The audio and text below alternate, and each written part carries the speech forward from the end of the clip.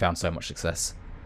And how much you think luck played a part in that as well? I just did something completely foolish, but it was the right time, it was the right moment. I had all of those things going for me, and I went for it, and it worked. You can get to tier 2 by just being good at the game, like shooting, having skill-wise being good. What type of strategies I thrive the most, what type of playstyle I thrive the most, and try to work yourself towards that identity.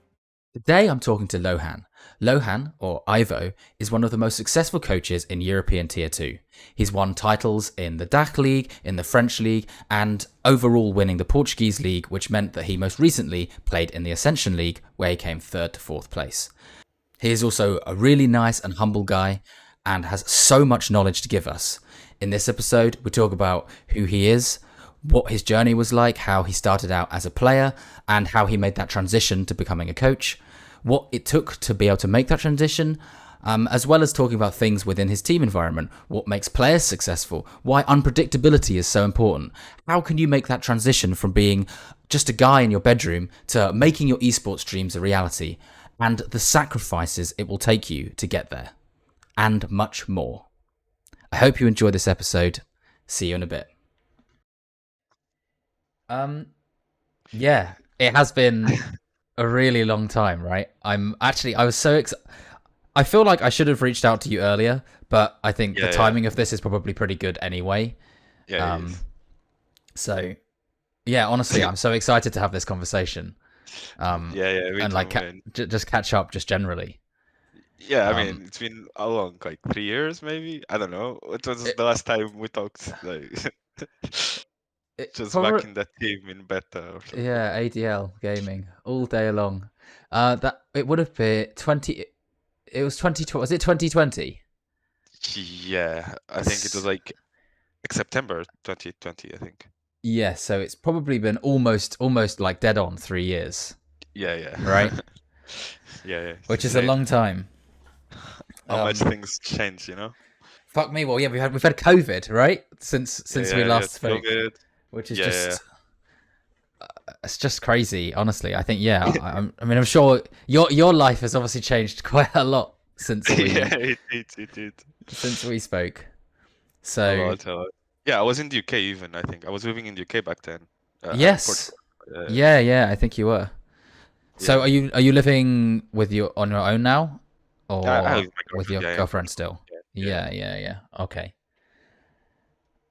It's really hard to know where to start, right? But I guess the obvious thing from my point of view is to start with, like, who are you? For people who don't know who you are, right?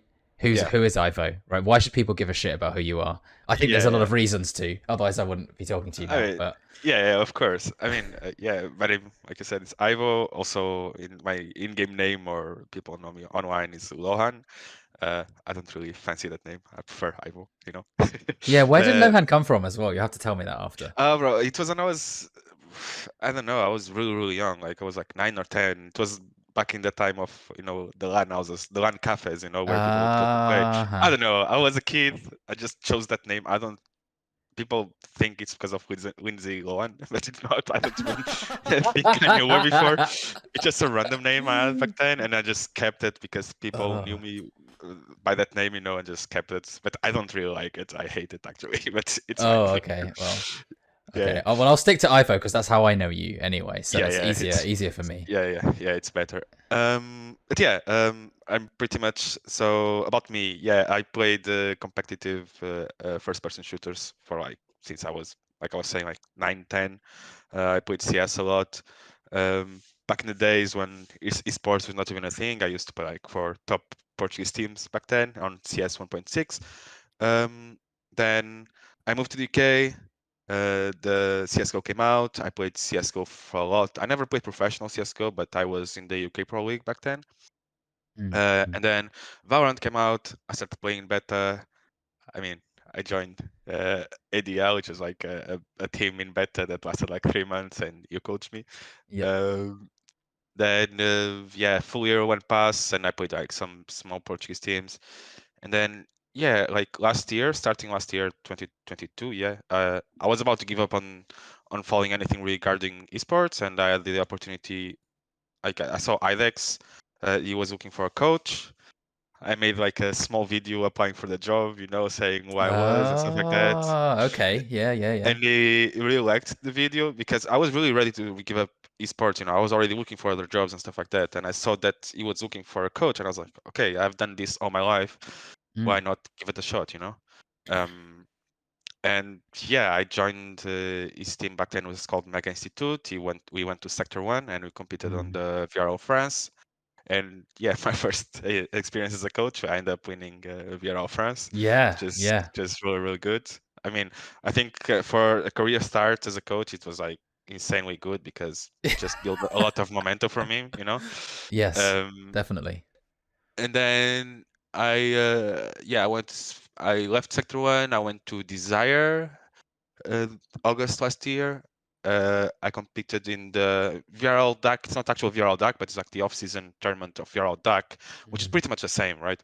I ended up winning it as well. Um, then this year I joined GTZ. I tried to keep the same core from Desire because we still had two Portuguese players back then, Mm. and Yeah, yeah. um, I pretty much just set to make a change in the roster and try to compete in the VCL Portugal. Unfortunately, things didn't go like I wished it would. We had a lot of internal problems, even like tier two organizational Classic. Yeah, problems, the classic one. yeah. Uh, I got second in both VCLs, and yeah, it was like I wanted to win, didn't manage to, but I think it's still a very good experience. Yeah, yeah, that's it. That's pretty much about me. That's my path so Yeah, far. and you slightly skipped out on like the ascension stuff as well, and Oh yeah, very yeah. narrowly missing out on Yeah, going to the that final was. stage, right? I mean, the fact that we got there, even it was the way things were internally. Uh, it was an achievement, to be honest. It was Hmm. very internally. I was like, most of teams have a lot of internal issues, right? But internally, it was really, Yes. really bad. Like the mental, because all the issues we were having, like it was like that was a win for me already. Just achieving that, it's fine. You know. Yeah, so you're happy with the result overall. I mean, I wanted to Well, win everything, right? I wanted to get to. I mean, my goal was to get to franchising, given right? the But circumstances, given the yeah, circumstances, given the circumstances, yeah, for sure, yeah, that's yeah, awesome. Yeah, I'm, I've got a load of questions written down actually, yeah. It's all good. I'll um, go throw them away. but it's I quite mean, nice to. yeah, It's just quite nice to have the discussion, because like I'm. yeah. How have you found transitioning from a player to a coach? Obviously, you've got like you have years of experience, far more than most people do in the scene, Yeah. and obviously you have that kind of player perspective, but knowing who you are, I think helps. I have that kind of insight into who you are. But I guess what Yeah. things do you think have enabled you to go from a player to being a coach, and how have you found it? I mean, first of all, I never thought I would try to even be a coach because I always wanted to compete. I thought like coaching would be like kind of, I mean, boring. But Hmm. in the end of the day, like nowadays, I prefer much more coaching than playing the game, to be honest. I love coaching. Like I never thought I would. Like it's not something I would ever thought I would do, but I absolutely love coaching. And obviously, like stuff that helped me as a player is like understanding the player perspective and I mean understanding sometimes players, even myself when I was a player, tend to struggle to take criticism or to understand, or Hmm. the relationship between the coach and the player, even though like obviously it needs to be a learning curve even for both of us, right? It needs to come from a place where the player needs it needs to be an open discussion about a lot of things. I always try to not impose my thoughts to the players because when I was a player, it might be just my bad as well back then, but I will struggle with criticism and taking criticism, and a lot of players do. Like a lot Yeah. of players struggle to understand where the criticism come from and why are we criticizing them. But I think that helped me a lot, like building proper relationships with the players. Um, Hmm. and obviously, like all the experience I had, like from Counter Strike, right? Because I was playing Counter Strike, it's like just the fundamentals of the game, like the fundamental aspects of first person shooter, like spacing, trading, communication, all that experience that I had before that I learned with time. I think it helped me a lot to just build the foundations for solid teams. Every team I coach, I always start by those like solid foundations. Like you need to know how to trade, you need to know how to position yourself, you need to know like the spacing, the basics. Right? That's the most basic things they have. And even in Taiwan, sometimes you look at them and you see like still those mistakes happening, which is Yeah. frustrating.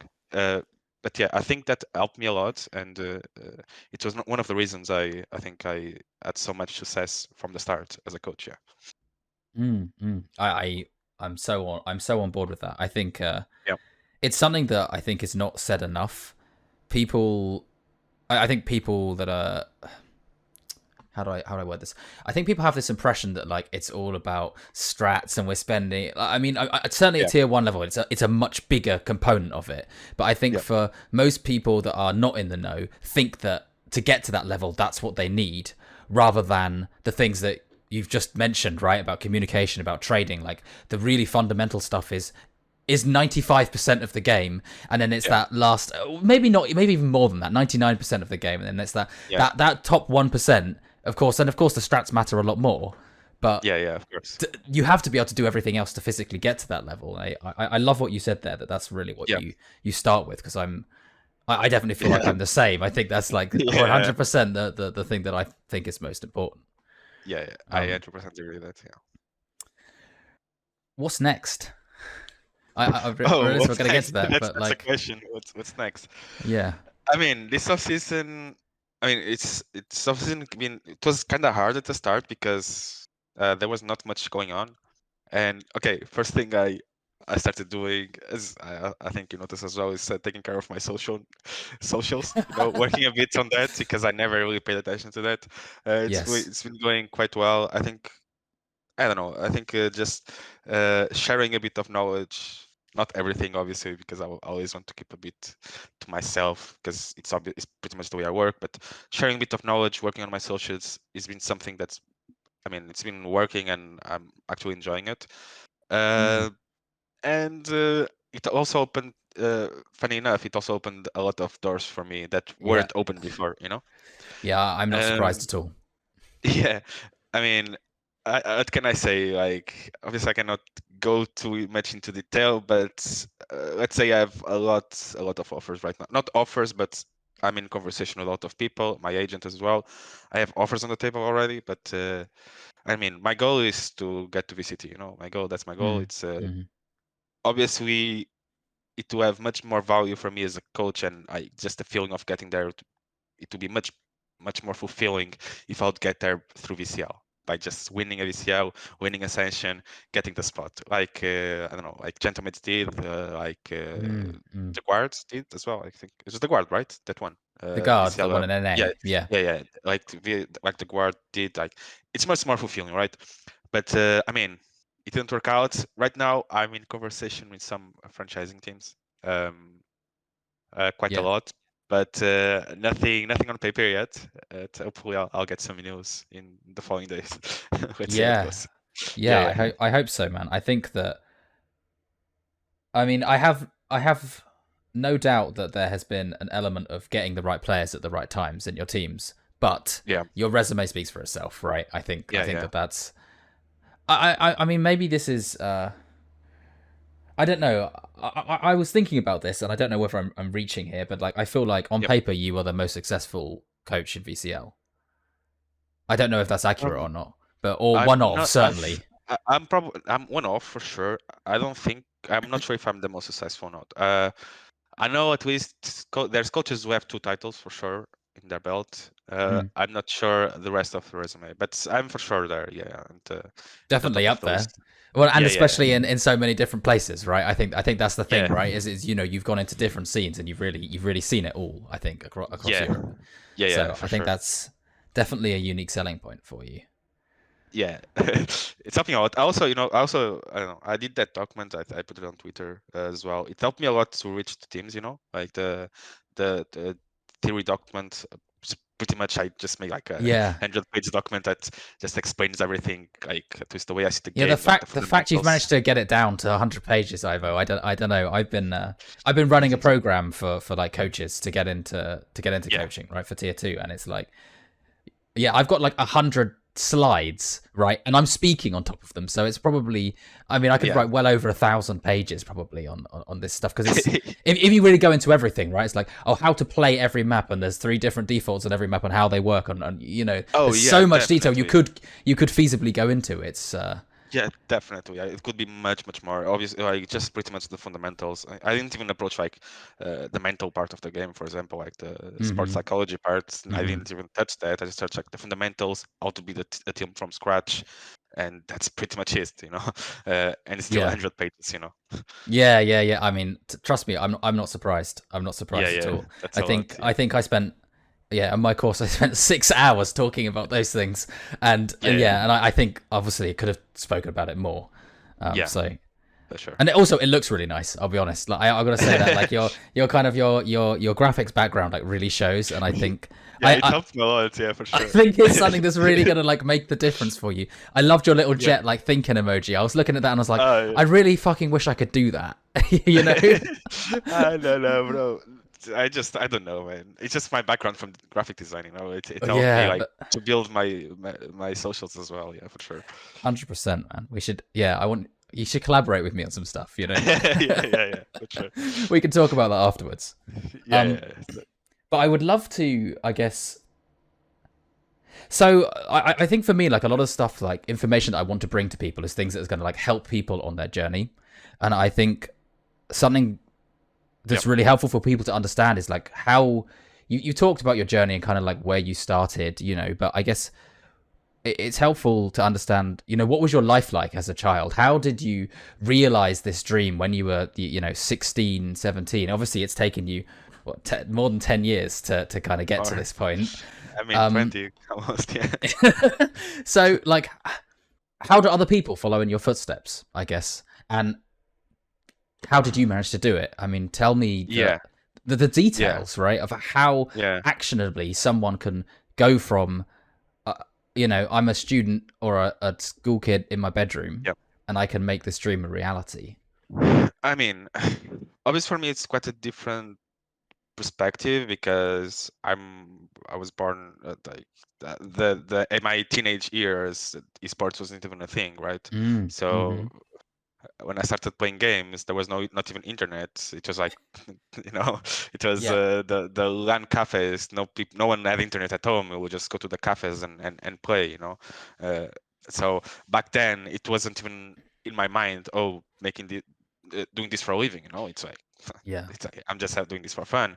And then with time, I mean, although I would play a lot CS 1.6 like in those days, but I always play it like for the competitive thing I have in me because I always been like since I was very young a competitive person, Mm. and I never did it to be professional or anything because that wasn't even a thing. So, but I kept doing it for years and years.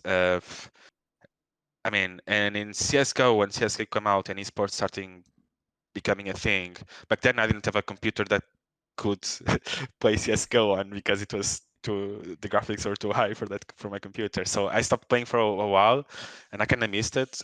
And then when I moved to the UK, I was like, okay, I have some money. I'm going to buy a computer. Try to play a bit more. Try to Mm. get somewhere with this, and so it goes. But I was never like actually changing my life just to get to that point where I could be a professional player.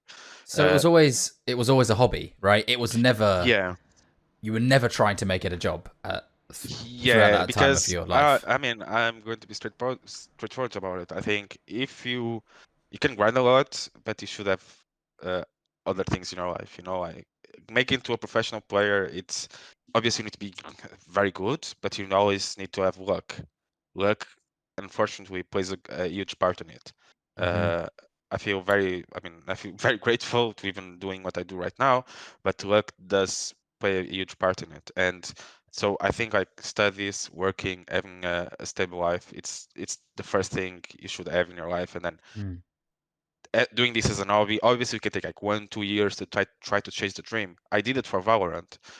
Actually, when after I was playing on ADL, I was like, Mm. okay, I played for ADL. I was like professional for 3 months. Maybe I'm good at this. Maybe I can have a shot at this. I talked to my girlfriend. We discussed it openly. Okay, this year I'm going to try to maybe because Valorant is new, maybe I have a shot at this. And my girlfriend was understanding of that. I still did some like part-time graphic design jobs like on the side to help us out at home.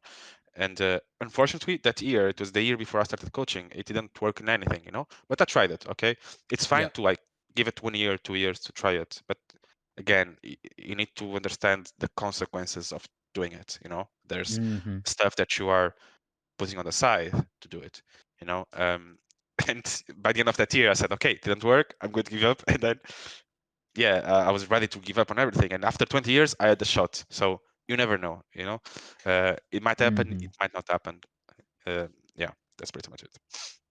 Yeah, I think the point you make about, I mean, sacrifices, I think, is the word that you didn't mention, but you kind of said there, Yeah, right? yeah, yeah, yeah. It's I a think sacrifice. I think that's so true, right? And I don't think, again, a lot of people don't think about that to compete with everyone else, you have to put in the time that they're putting in, and it's just, I mean, I'm sure you can relate to like the sacrifices Mm. you've made in your social life, for example. Like Oh, certainly for yeah, me, for sure. I think that's been, for me, has been the thing that's always slid, right? It's Hmm. I don't really have like a huge group of friends outside of esports, Yeah, because of the time yeah, that I've put into esports, because yeah, yeah. it's Of course. it becomes unsustainable. I think to try and do all those things, and it's also why Yeah, I'm not coaching full time now, because I've got a job yeah, and I couldn't balance them, and yeah, yeah, not as much as I. Don't get me wrong. I'd love in another 10 years' time to have that opportunity to really come yeah, back into esports, and that's why I'm doing more of this stuff and more yeah, content and things like that, and helping out some teams out where I can. yeah. But yeah, it's taxing, right? I think Yeah, the yeah. I sacrifices mean, are a lot. and yeah, and don't think like, oh, yeah, we're going to sacrifice everything to get to professional level, and then you get there and it's easier. It doesn't get easier. You still have no life, You won't have life.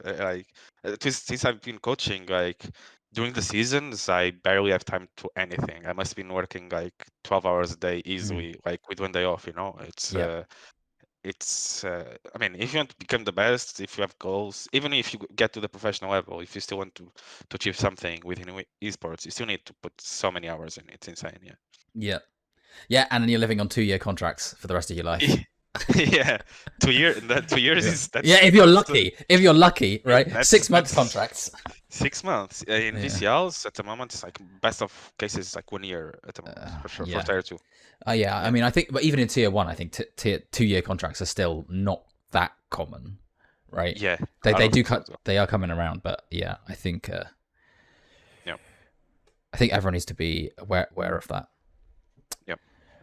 Um, why do you think you've been able to find so much success in? I mean, why do you what? Why do you think you didn't find success as a player and you become a coach and you found so much success? And how much you think luck played a part in that as well? Because you mentioned this before about Okay. Yeah, luck yeah. obviously matters. I totally agree. Hey guys, just 30 seconds from me. First of all, I want to thank you so much for watching this video. I really appreciate it. If you can drop a like and subscribe, that would make a world of difference. The more people that are engaging with this, the more subscribers we're able to get, the more views we're able to get, the bigger the guests are going to get. And ultimately, that's what we all want. We want to hear from bigger and better people and be able to learn and grow to the level that they're at. Also, if you're interested in getting coaching, all of the links will be in my bio. Let's get back to the video. As a player, it's probably why I didn't find success. Maybe, I mean, I think I was just a good tier three player. That's it. I didn't have the abilities to be better. I think like by the time I was given the opportunity, I mean, I was like what 29, 28 or something. I don't know. And I didn't have to like I was capped already. My skill is capped already. There's no more no more room for development there. If I was younger and I had been given the opportunity, like when I was, I don't know, 18, probably I could have gotten to a professional level. But back then, I think that's one of the reasons I didn't make it. Uh, and as a coach, why I had so much success? I mean, obviously, like just getting the job as a coach is just like it's it was 50% luck, 50% skill, not skill, but 50% getting out there, just the Yeah. fact that because I have a background where I interviewed people before and understand, and I seen resumes before, and I understand that you need to to be different, so outstand even in your resume the way you do it, and that's why I saw IDEX was looking for a coach, and I was like, okay, I never did this, but I think I'm going to be really good at it. How can Hmm. I look at my curriculum and see, oh, this guy never coached. Why would he give a shit about me, right? So I Yeah. made a video. I made like the way you're doing right now. I spoke to the camera and said, and I explained my story. I said, look, I'm going to win you the league for you guys. Trust me and stuff like that. I was very confident about on my abilities. He liked it. He gave me a shot. I had like a 2 days trial with them, and they loved me. And yeah, I got the job. Obviously, I mean, there's a bit of luck in there because he actually gave me the shot, IDEX, but I also put the work in to get there, And since then, I always try to apply to any jobs as a coach. I always try to stand from everyone else, so people can Mm-hmm. actually look at me, look at what I do, but not just see another message in their DMs. I Yeah. always try to play a part there, and then I mean, I had a lot of success. I think every project I had since I was coach, I always try to improve. Even though I won the VR of France, I don't think I was near the level I am right now. Like I was Yeah. miles away, miles away. I, the fundamentals. I think I picked up that team played together for 1 year already. They had 1 year playing Hmm. together. The only thing I did was just give him the edge to win it. You know, Yeah. it's Yeah. the small thing. It was the edge. We didn't work. I mean, yeah, we worked on some strategy, but like they were making some fundamental mistakes, some like very basic things. We fixed them, and they were like, I was very lucky because of the team I had to coach. Like those guys were like, everyone was really really good. Like the mental, the attitude, everything. Mm-hmm. So I was quite lucky there as well. That's one of the reasons I won my first title in my first job. Uh, but uh, but back then, but every project I had after that, I always try to improve. I think like, I improved so much. Even nowadays, even like the last VCL I played, even though I didn't win it, I think like I I cannot even compare the job I did, like the work I've done with this team, with the one I did with Sector One back then. You know, Mm-hmm. so I think it's always try to improve. For example, one of the things I don't like to do, for example, even like I could be the most successful coach in the world, I could be the best one in the world. I'm never um I'm never taking something like I don't think anything in Valorant is 100% truth. If someone tells me, "Oh, you should have played this way," or if I say that, no, I never say like, "Oh, you should have played this way. This is the only way you should have played it." I always try to understand the other side, the other thought process. Maybe I'm not correct. Like I'm not the best. I don't think no one can know exactly what the fuck is going on in the game because the game is there's so many variables in the game. There's Yes. so many things. There's probably the play in a certain scenario in a certain map that's the closest to the if you put it on a variable of 0 to 100% win rate, that's the closest to the perfect play. But I don't think there's a correct answer always. So one of the things I always try as a coach is always try to listen to the players, understand, or the assistant coach, or even other coaches from the outside that talk with me, try to understand their perspective and try to not be like closed-minded the way I coach. That's I think one of the reasons I had so much success as well.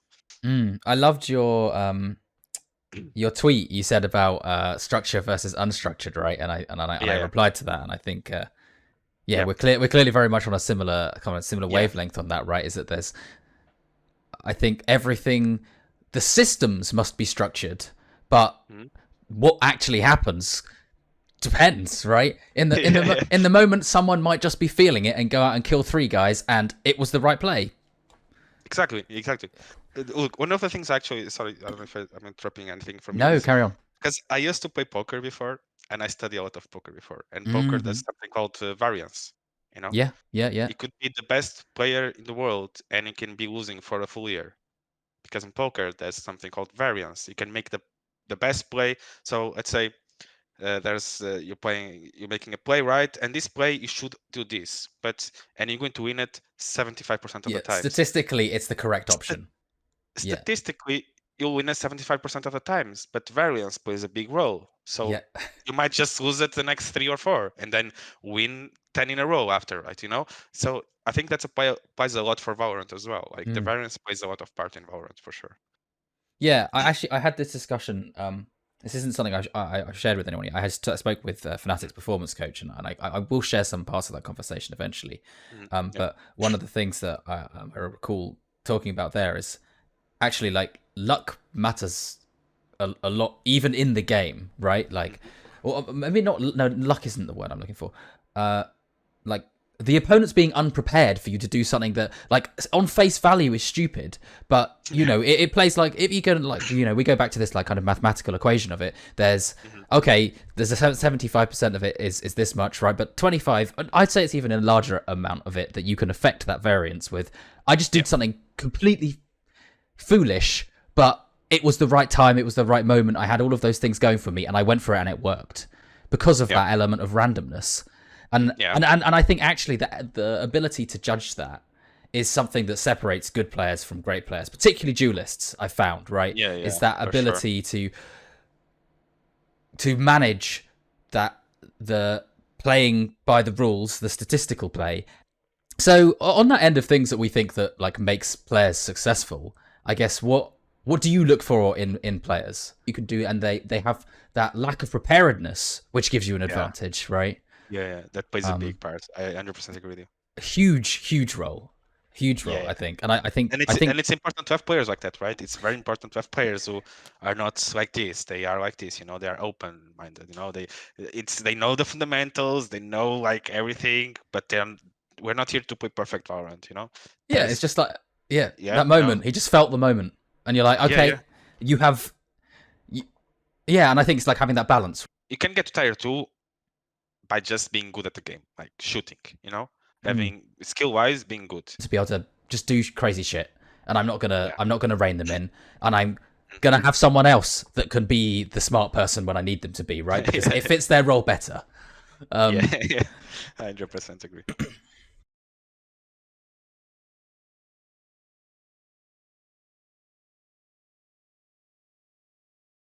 Aside from the obvious stuff, I think things that you would say to a player like, you're a tier 3 player, you're kind of getting there, you've got a lot of the skills that you need, but what do you think, especially what you've said already about you having a unique selling point? I think what advice would you give to a player that's trying to make that next step? Obviously just learning the game out. I think like if you're a tier 3 player, I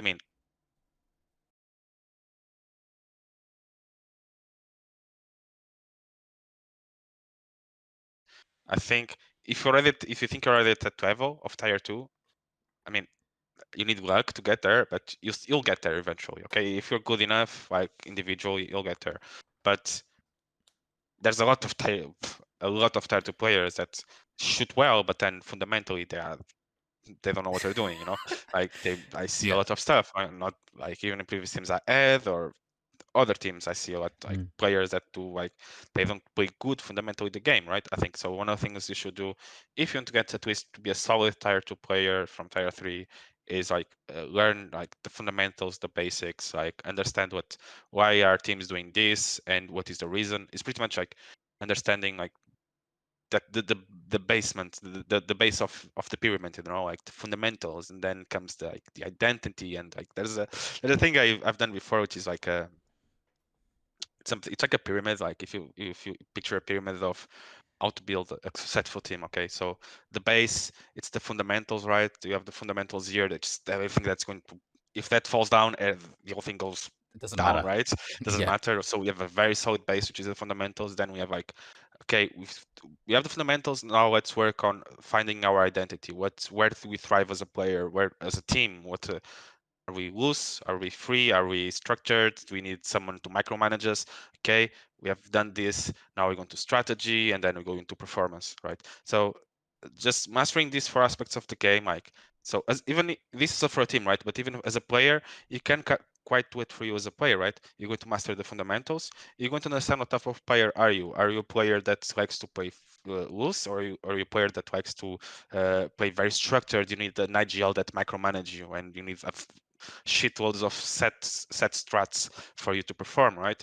And then you can just work on it and understand like what type of strategies I thrive the most, what type of playstyle I thrive the most, and try to work yourself towards that identity, towards so finding the correct team as well to play with those 5 players, that you can thrive within that team with that identity. I think I didn't explain it properly, but No, you I think did. you got it. I get it. You did. Yeah, Honestly, Ivo, that was really great. I love that.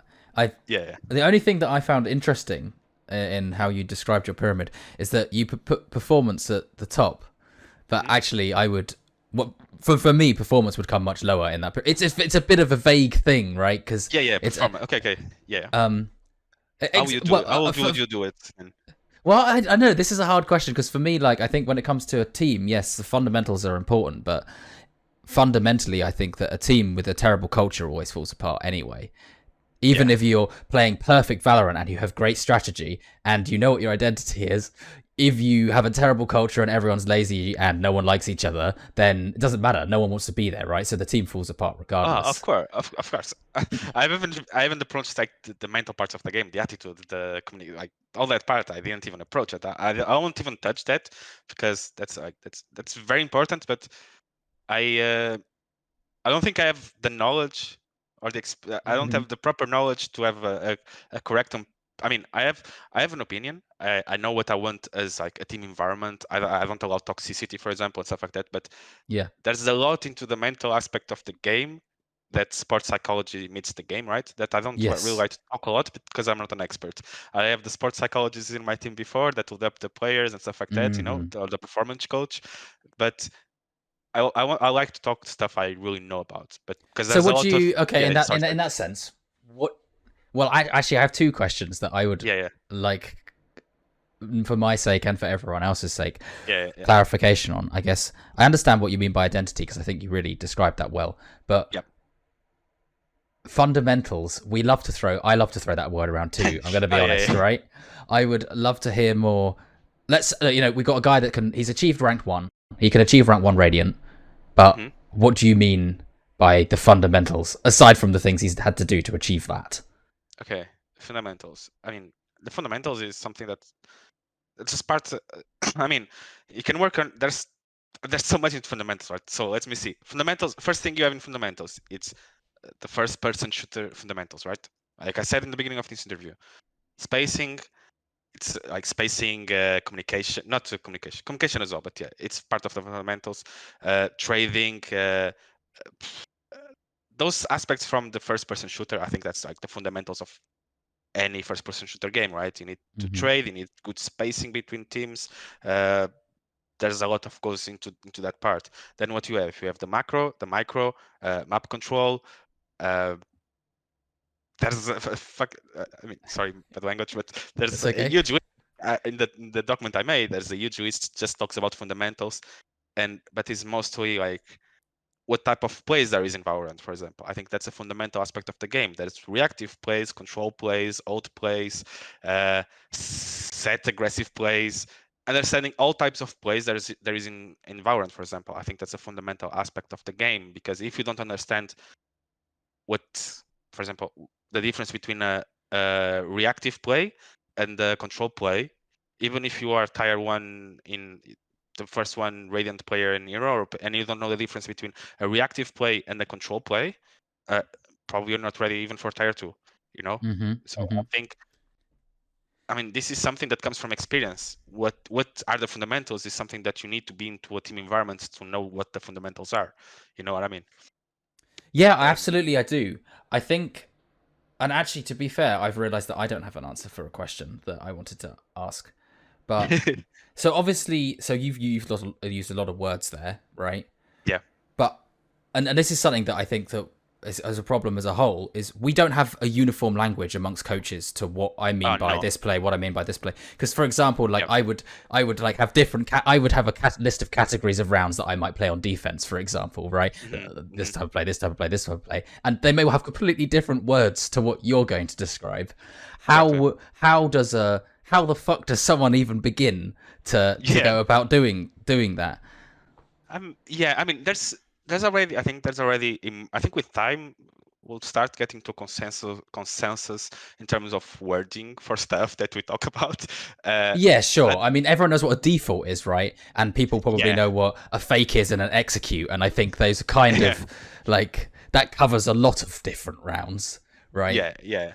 I mean, there's so much that goes into it. For example, communication protocols, right? In my Hmm. previous teams, we had communication protocols. Obviously, there's protocols that are common between every team. I don't know, Yes, we probably retake have different words for them, but yes. words, like there's a flank coming in, but I Yeah. have protocols for the dumbest shit, not the dumbest shit, but for stuff that's important. For example, playing man advantage. uh, so Yeah.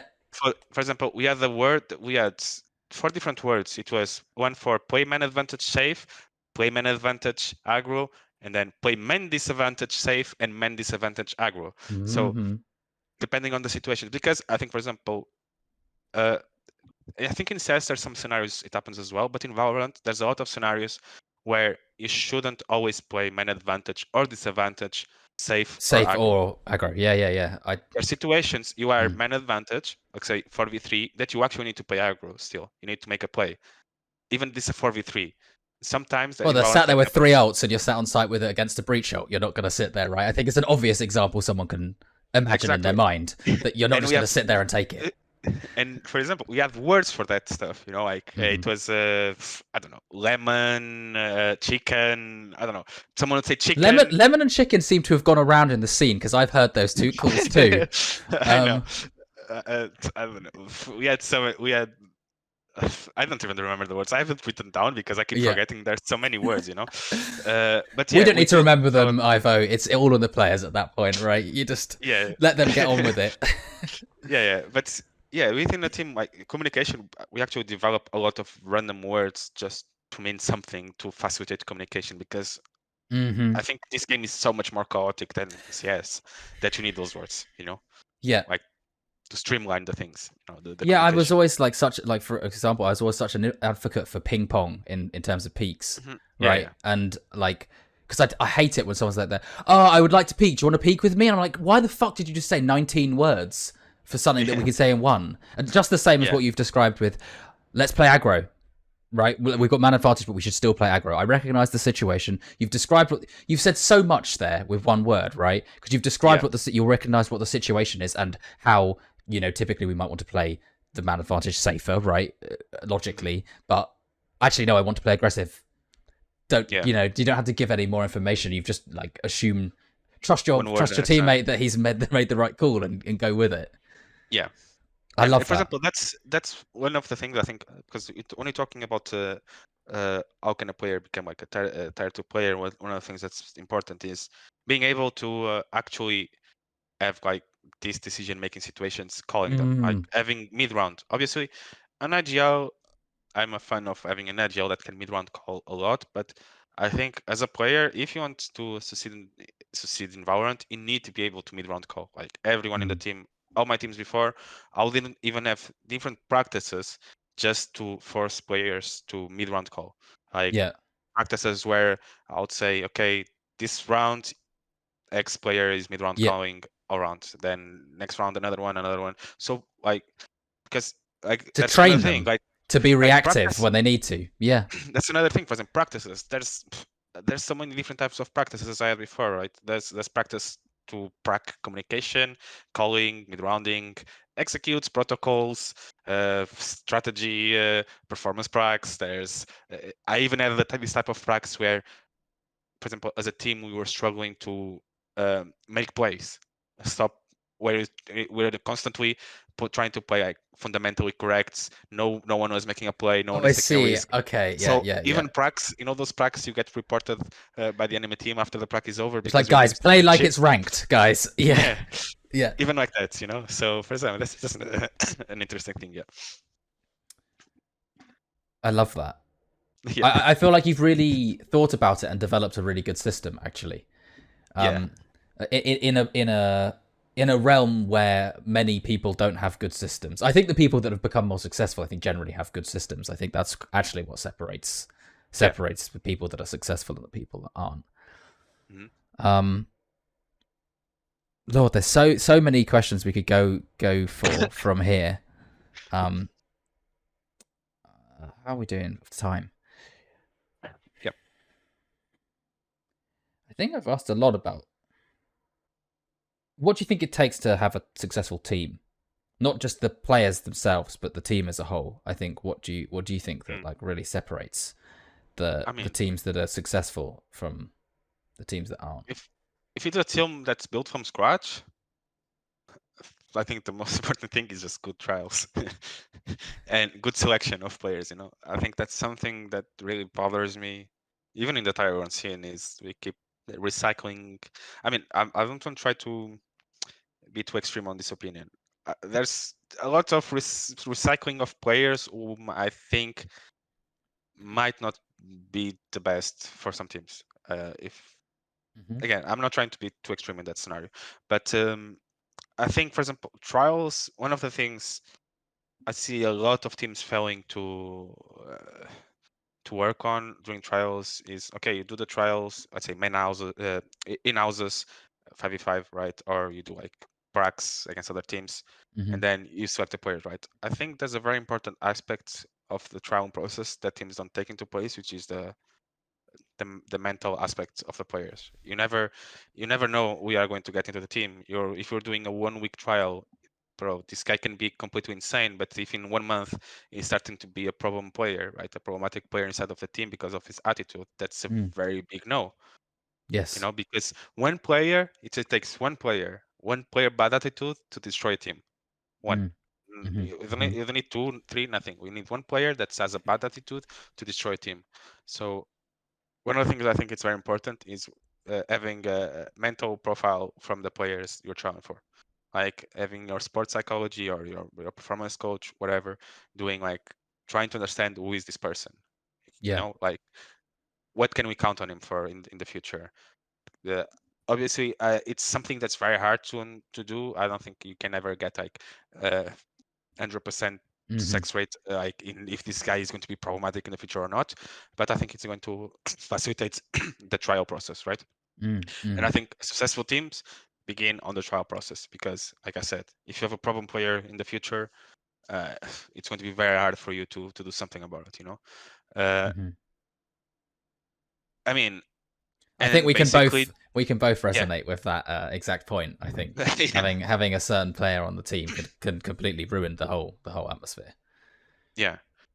But yeah, but the rest comes to, I think, adapting. I think the rest comes from the coaching staff adapting the way you coach the team, the way you implement your ideas or the ideas of the players as well into their identity. I don't think I would ever coach a team trying to force my vision into a team of players that don't like to play a certain way, or Mm-hmm. Mm. I wouldn't force a team to play structured, because imagine I like to play structured. I wouldn't force like 5 players that like to play loose to play structured. Mm. So I think there's always a balance there, trying to get to a middle ground where Mm. uh, we're playing a system that we like. We're playing a type of Valorant that everyone's enjoying it.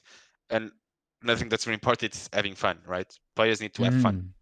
If they're Yeah. not having fun while practicing, I I don't know. I don't know if this is a statistical truth or not, but I'm like 99% sure. If you're not, when you're not having fun, you play much worse as a team.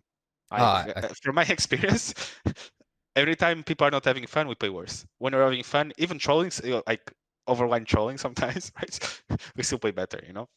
So well, I think yeah, it kills creativity, right?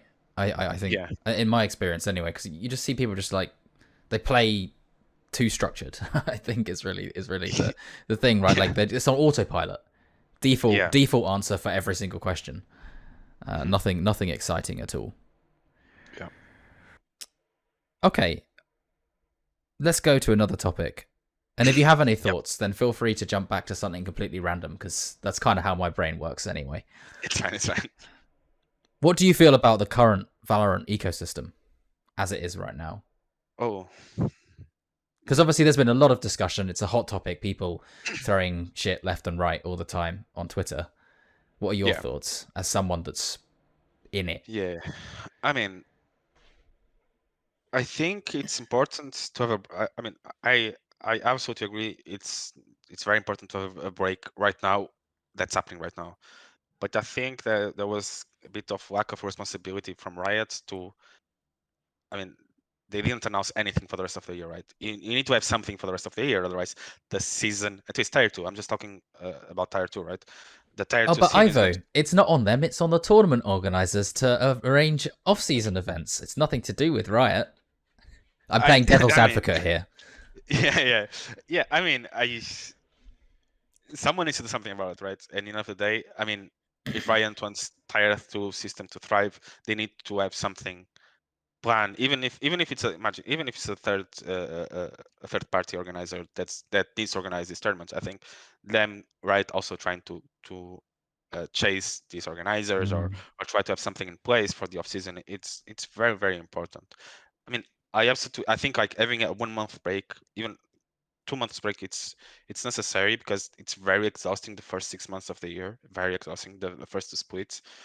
But then we need to have something, otherwise the scene will just die. I think next year, from what I've been told, there's a lot of good stuff coming out for tier two. Yeah, I But mean, I think we've all heard a lot of things on the grapevine. Whether things, well, who knows, right? But hopefully, the word of mouth is accurate. And yeah, but for example, one of the for example, the guy everyone was talking about, I forgot his name, Leo Ferrier, right? yeah, the head Yeah, of yeah, esports or whatever. he was Yeah. saying like, oh, we have some news about tier two in the end of the month, right? Why not give the news now? Right, when imagine like a lot of teams are just throwing away their Valorant rosters, right? Why not give the Yes. news now and have this 1 month break to prepare for whatever is coming up, right? Instead of coming in the end of the month and announce something for 2 weeks after or something, which is Mm. classic Valorant stuff. They do that a lot. They announce something a week or two before, like don't Yeah. do that, you know? Yeah, that's not great. Yeah. And what about your experience with? You're one of the few people that's got to experience a variety of different of the tournament organizers. How have you found them? Which one was best? Which one was worst in the different VCLs? Mm.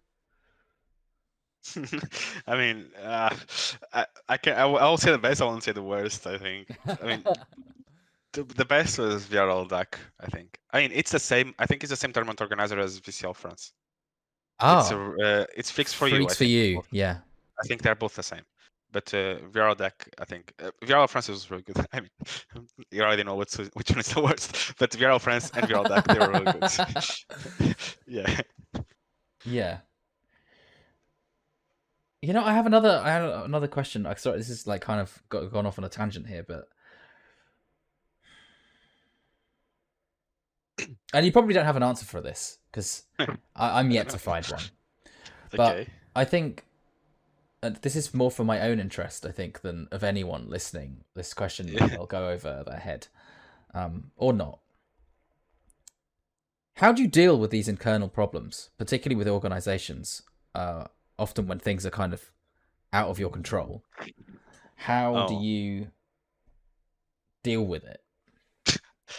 Deal with problematic organizations. I Yeah, I mean, just I think we've all like yeah, players, coaches, we have all been there, and yeah, for sure. I mean, it's really so I shit. have. So I mean, okay. How I deal with this? I don't know. I lay down and cry. I guess I don't know. There's Okay. a lot of. I mean, there's not much. I understand. I mean, I understand the ecosystem is not great at the moment, right? But orgs, there's not much Riot can do. But I would wish there was some type of body that controls organizations within Esports Riot. as a whole, yeah. Yeah, Just yeah. esports as a whole, or even just inside of Riot Esports, right? But since there is none, it's up to tournament organizers to deal with the orgs, right? And I mean, Mm. Sector One, for example, Sector One, my They first did org. they released you all and never paid anyone. Is that what happened? I'm still missing a salary from Sector One. Yeah. Totally, or Yeah. you've had a portion of it. No, just one full salary plus holidays because I was actually employed by them. I wasn't self-employed like most teams do. I was just actually employed in Belgium by them, Okay. Well, and that's they probably a went. good thing from a legal point of view, Yeah, presumably. yeah, but it's going to take years for me to get any money back. I already know they are because it's not bankrupt. Is the I forgot the name. It's similar to bankrupt, and they are Mhm. doing the things of counting how much stuff they have in How their much money they name. have left, and you're going to get a certain portion of it.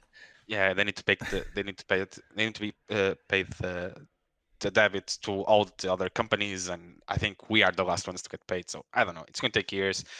Uh, and then I got an email from from a guy or a girl from the Belgian government explaining me Yeah. everything, but in not Belgium. Like It, I don't even know that language. I understand nothing. I that's don't know. helpful. That's a mess. Yeah.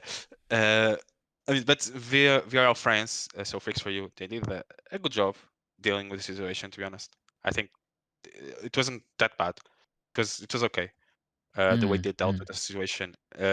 Now the current situation, I mean, uh, it's still being solved at the moment. So mm. from my previous org, uh, I wish there was a bit more help because it's pretty much this situation. I mean, I can be crystal clear here. I mean, I'm not trying to offend anyone or point fingers at anyone, but it was a very hard 6 months, last 6 months dealing with issues with my Mm. previous organization, and it's still going on, and there's still players suffering, and yeah, it was bad. That's all I can say. But Yeah. I wish there was like some more involvement from Riot regarding this. It's concerning how common this is, like the same thing with like Latarius, right? In DAC and Hmm. like just ditching all the players, months of salaries not paid. Um Hmm. I worked for them before that team was picked up and didn't get my full salary. And Yeah. so the assistant coach that I had, I paid him out of my salary because Yeah. him ever getting the money's got no chance from because he's from Turkey. Um, Oh, yeah. oh, and I'm in the fortunate position that it's not the be all end all if I don't get the salary. Yeah. But it's worrying how little we have to say about this. I mean, in a lot of ways, I feel like we should be forming some sort of players and or coaches union, Mm. you know, Yeah. and I finding some 100%. recourse for this where we can have a I mean, unified front against this kind of thing. You know what I mean? you know what I was told when I asked to be paid from the owner of Sector One back then. It was said, "Oh, if you're in esports and expect to be on time, you should just leave esports and do something else." You know? It's just fucking unacceptable, to be honest. I'm Yeah. totally on the And this is I normal. would say like this is like the regular for tier two. Like probably I don't know. Every experience I had within esports as a coach, I had issues. I mean, Desire, they were small issues, very small issues. They were really good. They were Okay, but better. Yes. I'm not like as an org, they were great. Everything else, there was still like a small issue here and there. Okay, but like which is issues that in a normal job it's not acceptable. You just go you're fucked, right? If you do this type of shit, you know. Yeah, if I didn't get paid for my job on time, I'd be like, what the fuck? Like, it comes Yeah, at the same time, like, I get paid weekly, and I get paid at the same time at the end of the week every single week. Unless my boss fucks up. yeah, But that's unlikely to happen, right? Like, he has to forget to, if he forgets to press a button to say, like, yes, he did work this week. Um, yeah. it's an impossibility, basically.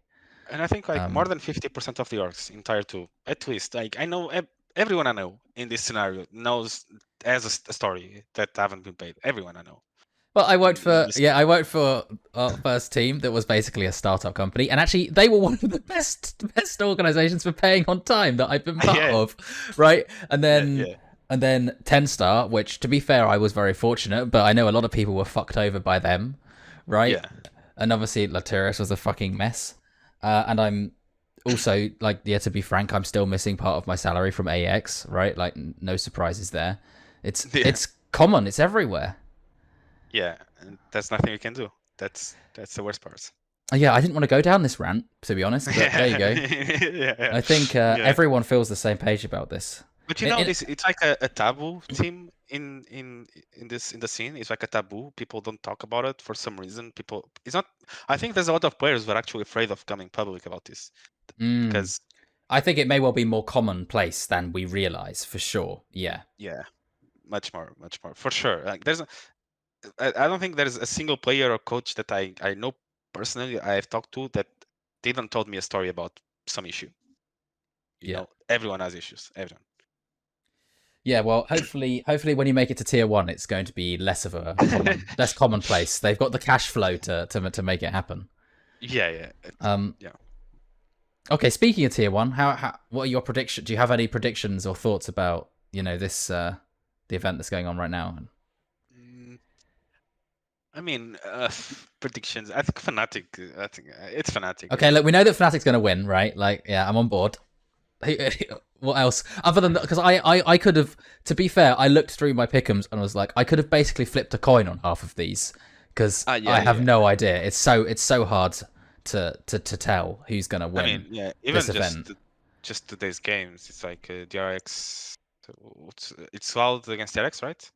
And Yes, yeah, Liquid Navi. I mean, I don't know.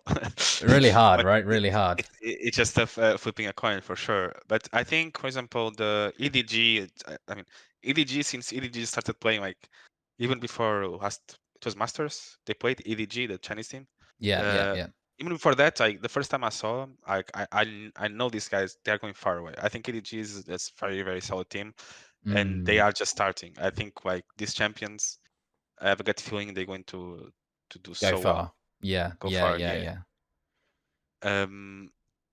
What else? I mean, I, I'm rooting for Loud as well, but there's some people that are not very confident on them right Yeah, now. I had them going out Yeah, this week, I think, or whatever. I'm going out in the group stage. I had them going out in the group stage in my pick'ems. I think Um, this. I think that is going to give them motivation to prove everyone wrong because it's the I first had time yeah, that's true. they're being put on this place. Mm. It's the first time for them. Yeah, underdog mentality is a strong thing, right? Yeah, Um, yeah, for sure. Especially for them because they're players that can just walk through a smoke and kill 5 guys, and you're like, come on, mate. Yeah. There's no world where that should ever happen. That you dry peek a smoke, kill 5 people. But they're the kind of guys that could do that, right? I think in a lot of ways. Okay, Wait, but I you think. didn't say what about yourself? What you think is? Who do I I think? mean, is I it? think I know the Fnatic's going to win for sure. To be Yeah. fair, like I'm a massive Fnatic fanboy. I'm gonna be honest. Like, if I could work for with any organization, it would be Fnatic. It always has been. Like, Yeah. since watching CS:GO, they Hmm. were always. I just remember the teams with like Olaf Meister on them, and I was like, Yeah. that was my team. Yeah. Um, and still now, if I could ever get the opportunity to work for them, I think that would be, years down the Do you line, reckon? maybe there's a Do you reckon there's possibility. any surprises coming from any team? These champions? Uh, I don't know. The only this is the kind of I guess the only like underdog team I guess that I think that could show up. I think the Footballist could be a bit of a surprise in their bracket. Um, Mm, I mean, I root for the Turkish teams because I've seen how good they often are fundamentally. yeah. So I would kind of, from my point of view, I'd like to see them do well. I think. Yeah. Yeah. Um, and I also think they were a bit of an upwards kind of trajectory, right? Oh, they were. They Coming were for into sure. the end of the EMEA season. So I think that I would really like to see them do well. Um, I think that Navi are going to disappoint because, again, I think like quite the opposite. I see the momentum going the other way. Mm, Um, I don't know. I have a lot of belief in the coaches at both Liquid and like both Emil and Doom Bros. They're just lovely people. So like I root for them as yeah. people, but I look at the Yeah. momentum as like Liquid's on an upwards trend. Yeah. The Navi stonks are going down. So I think I think there's a world where Navi just go out. I mean, I don't want to. It's the Navi subject. I mean, sorry, I don't know if you wanted to finish, but I No. That's just everything I have last to one. say. I'm speculating, right? Because I don't like. Who Yeah. knows what's going on? It's so hard to say what's going in from the outside too. Yeah. I mean, I'm not really a fan of talking about other teams, how they work. It's they have the reasons to work like that, but it's the Navi, Hmm. right? If I don't know. I'm talking about myself. If I had seen Ed on my team, he'll be playing Jet every map. Okay. Oh I, yeah, I don't. I don't. I mean, there's obviously a million reasons we don't know about why he's not playing Jet, right? But you agree that if you were yeah. coaching, if I you were the 100% agree that I would be playing like a Turkish team. I would be shoving everyone's utility up his bum and putting him yeah. with an operator on jet, like virtually everywhere, and just letting him carry the game. Yeah, but I think Um, this is something, and I think that's why they are struggling so much because Navi is not a team that plays like that. He never was. He never was a team that played for a star duelist, right? They always have it's mm, very very structured, disciplined, structured. Yeah. disciplined, structured play style, and that's why I think they are struggling. In my opinion, watching from the outside, because I don't think Sinead is a type of duelist that plays on a very super hard structured team. He should be like on a more loose freedom. Like he can do whatever he wants as a jet player team, you know, and that's Mm-hmm. why I think they're clashing, in my opinion. But let's Yeah. see. Hopefully, they prove me wrong. I don't know. Yeah, no, to be fair, I would love it if Liquid and Navi go through their group, right? Like Yeah, that would be great. That would be great. Who kn- as I said with these things, it's a coin flip because you don't know what prep people have done, how they're looking now. Teams yeah, could really have changed in that time. yeah, yeah, But I think also from experience, you see the momentum going one way or the other, and more often than not, that is indicative of what performance yeah, is going to look like. yeah. Educated gamble, as it were, right? Yeah, for sure, for sure, for sure. Awesome. Well, I think that's kind of everything that I've kind of got to say. Yeah, I think we could speak for days on strategy and stuff, and I would love to like come back and kind of sure. dissect some of those things with you, and maybe Yeah, yeah, collaborate on some stuff in the future. yeah, for Um, sure, for sure. but otherwise, thank you so much for your time, and Yeah, yeah. No, I mean, thanks for thank being you. here. Yeah, and I thank you a lot for the invite. I think it was it's a pleasure. I mean, it's been 3 years, you know. Like after 3 years, there was a lot to talk about, and I think like Yeah, let's just not yeah, wait 3 years for the next one, you know. Let's just yeah, yeah. Well, next time in the UK, we'll grab a beer, right? We'll grab a beer, yeah, yeah, meet yeah, up. for sure, for sure. No, no, thank you very Awesome, much, man. It's a pleasure to be here. Okay. awesome.